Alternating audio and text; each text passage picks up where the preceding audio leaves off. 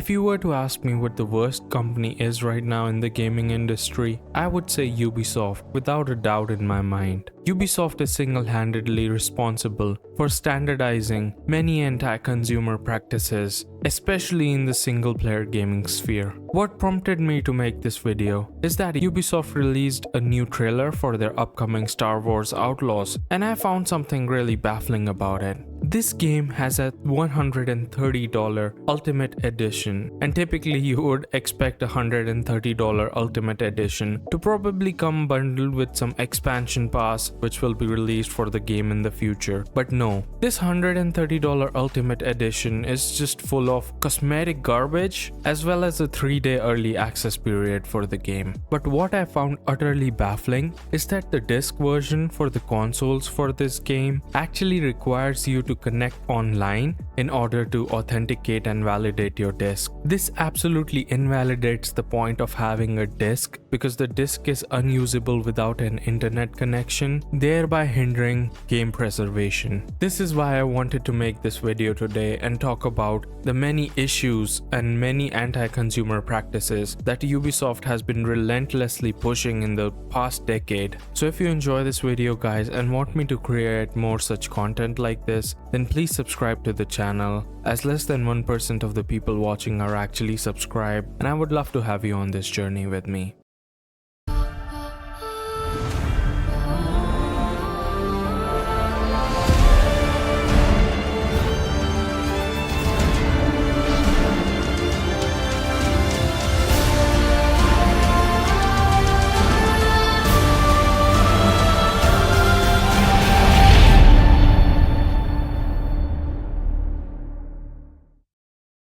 Straight up, the first thing I want to talk about is microtransactions and NFTs. My stance on microtransactions is very clear. I feel that microtransactions have no place at all in $60 to $70 single-player games. In the last few years, Ubisoft have started having insane amount of intrusive microtransactions to the point where in Assassin's Creed Valhalla, there are more armor sets and gear pieces in the microtransaction store than there are in the actual game itself. How baffling is that in a single player game like Assassin's Creed Valhalla, there is more gear and armor pieces in the microtransaction store than what you can get while playing the game. And not only that, but all the gear in the microtransaction store is far more visually appealing as well as having much better stats than anything that you can find in the base game itself.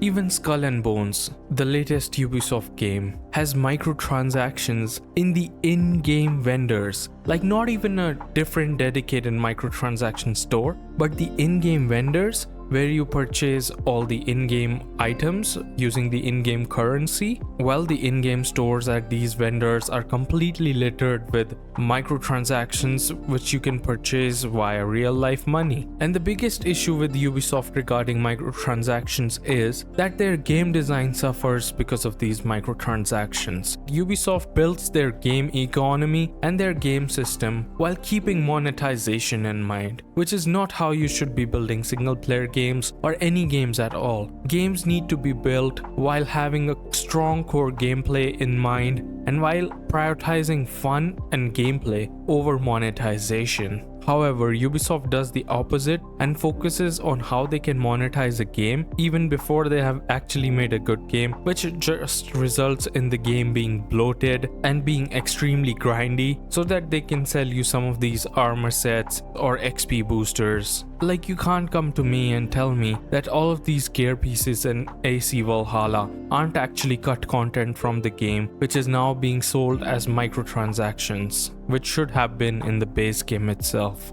A few years ago, Ubisoft released Ghost Recon Breakpoint, which was both a commercial flop and got critically very negative reviews. Yes, Ubisoft wanted to jump on the NFT train. Ubisoft introduced their quad system, which is a centralized NFT system, in Ghost Recon Breakpoint, all with the purpose of selling you some ludicrous NFTs in a single player game. And now Ubisoft is poised to take things a step further with Assassin's Creed Infinity, which is basically a launcher which will serve as a hub or a platform for the rest of the upcoming Assassin's Creed games like Assassin's Creed Red and Assassin's Creed Hexe. And what this Infinity platform is basically this is a launcher which will have a microtransaction store. So yeah, I guess as soon as you launch the game, you're launched into this hub with a ton of microtransactions and daily and weekly items which you can purchase using real world money. And not only that, but according to what Tom Henderson at Insider Gaming says, this Ubisoft Infinity launcher or platform will have battle passes for single player games. That is simply just so absurd, and this is not the direction I want single player games to go in. Like seriously guys, battle passes in single player games is such an absurdity. I cannot even think of that. I don't know who at Ubisoft thought this was a good idea. If this is not blatant corporate greed, I don't know what it is. But you know what's worse? Ubisoft thinks that they should charge all these microtransactions in games, and these games aren't even good to begin with. So moving on to my second point, which is the Ubisoft formula. You can actually go and play any Ubisoft games in the last 5 years, whether it be Assassin's Creed, Ghost Recon, Far Cry, or Watch Dogs, and you will notice a pattern that all of these games feel the exact same to play. They have the same core gameplay design. And you know something is very wrong? When a third-person historical open-world action game like Assassin's Creed feels the same to play as a tactical third-person shooter like Ghost Recon, which also feels the same to play as an open-world FPS like Far Cry. This is because Ubisoft has some staples which all of their games follow, which are bloated open worlds, lackluster narratives, repetitive, grindy and boring game loops, endless base clearing missions, fetch quests, and infinite map markers. Ubisoft are the very definition of prioritizing quantity over quality. They just want to keep churning out games, and they want to use and reuse the same ideas and the same weak gameplay mechanics in all of their games. It has been years since I have actually played a Ubisoft game which had a good story, which had great characters, and even basic things like lip sync and proper facial animations are so outdated, while the rest of the industry has moved far ahead. The next thing I want to talk about is Ubisoft's stance on game preservation. Just like how I was talking about Star Wars Outlaws needing an internet connection to play your disc game, Ubisoft doesn't think highly of game preservation honestly. On March 31st, the servers for The Crew 1 went offline, and now the game is completely inaccessible to anyone who purchased it. I really enjoyed playing The Crew 1. It wasn't a masterpiece or anything, but I enjoyed playing it back in college days, and I do have pretty fond memories of that game. And this is what gaming is. Gaming isn't just a once and done thing. They are experiences, they are memories which live with us forever, and game preservation is very important to me. But now, if I wanted to relive some of my college memories when I used to come back home from college and jump in Crew 1 with my friends, well, I cannot, because the servers are now offline. And the same will probably happen to many Ubisoft games like Ghost Recon Breakpoint. I know there is a subset of the community which really enjoys playing that game since all the updates, but you know, 5 years from now, 10 years from now, when the servers for Ghost Recon Breakpoint shut down, those people who have been enjoying playing that game will never be able to go back and relive those memories or experience the game again. And this won't be the case for Ghost Recon Wildlands because it is an offline single player game. But Ghost Recon Breakpoint, which necessarily doesn't have to be an online game at all, it is a single player game, they could easily make an offline patch for it, but they won't. Speaking of offline patch, some people actually looked into the files for the Crew 1 and they found out that there might be a offline mode for the Crew 1 which is used by developers. So if Ubisoft wanted, they could have patched the Crew 1 to become an offline game, but they didn't. Instead, they decided to just shut down the servers and remove the access from all the people who actually paid for their game. And at the end of the day, this hurts the people who have paid for the game. This hurts the consumers who have memories with that game, and this hurts the developers as well, because a piece of art, because games are art,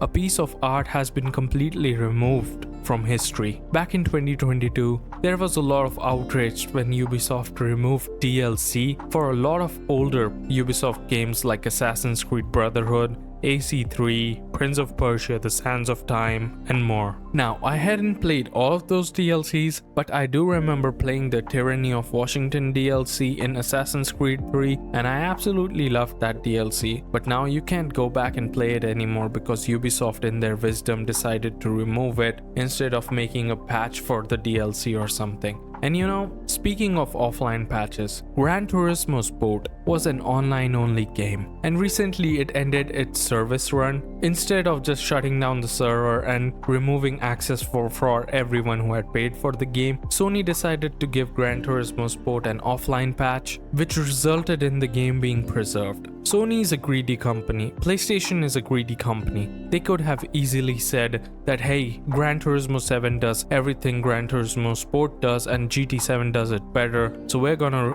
kill the servers for GT Sport and just go and play GT7 instead. But they didn't do that because they value game preservation, so they actually went and made an offline patch for what is essentially has been an online only game since launch. So if PlayStation can do it, then Ubisoft can do it too. They just won't do it because they don't care about it. In all my life as a gamer, Skull and Bones was probably the worst game I have played in my life. It was the game which failed to hold my attention for even 5 minutes, and I had to force my way to play that game for like 6-7 hours to have a good grasp on all its systems so that I could talk about it. But in the end, the game was just so bad that I just gave up wanting to make a video on the game itself. But Ubisoft CEO actually went and said that it is the first quadruple A game that the world has ever seen. That is such a blatant lie. I think if Ubisoft had better timelines, had better management of their staff, and instead of focusing on just making as much money as they can with as little investment, if they instead focused on spending money on making actual good and fun games, it would be a lot better for the consumer as well as the developers. Because you know, at the end of the day,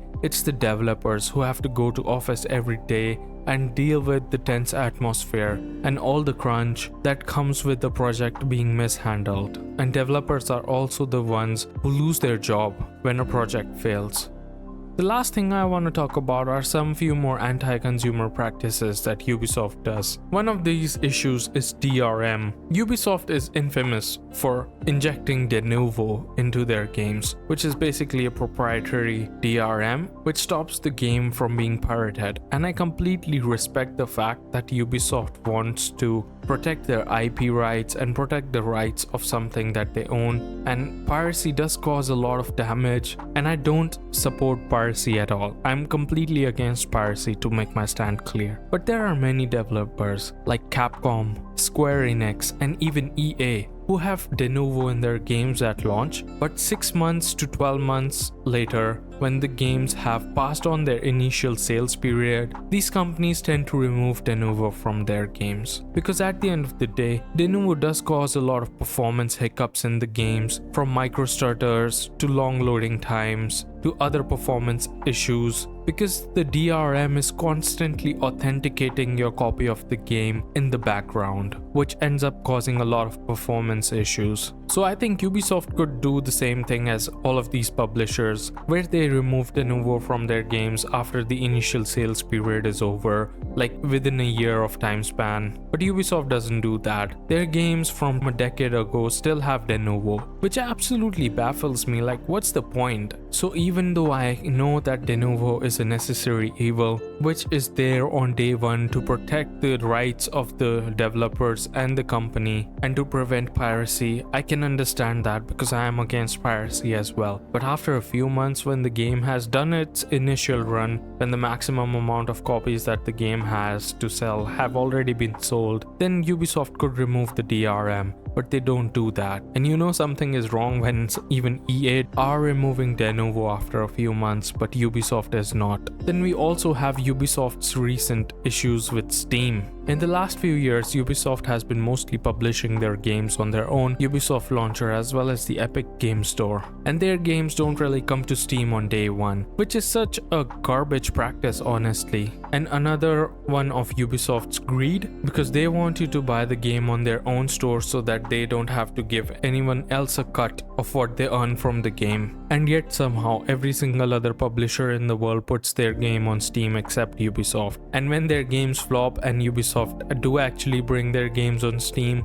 there are a lot of issues, like the Steam version of the game not having any Steam achievements at all. In the end, I would like to say that this video is not meant as hate, but more as an outcry of a fan whose heart has been broken, because some of these games like Assassin's Creed Brotherhood and Far Cry 1, 2 and 3 and Prince of Persia were some of the most beloved games of my childhood. But to see these franchises being mishandled and to see the modern Ubisoft games being riddled with massive microtransactions and other anti-consumer practices is not something that I want to see in some of my most beloved single-player games. So I hope Ubisoft can take a good hard long look in the mirror and realize from their mistakes, because this is the biggest improvement that they can do, is learn from their mistakes. Just look at Baldur's Gate 3. Gamers are starving for good games, and we gamers will drown a company in money as long as we get good quality games which don't support anti-consumer practices. Baldur's Gate 3, no microtransactions, a complete game at launch, and it sold millions and millions of copies, won Game of the Year. So, I hope you do better, Ubisoft, for the sake of your fans and also for the sake of the amazing talented people who work in your studios. If you enjoyed the video, guys, then please subscribe and like the video. And as always, I hope everyone has an awesome day full of positivity and happy gaming, guys.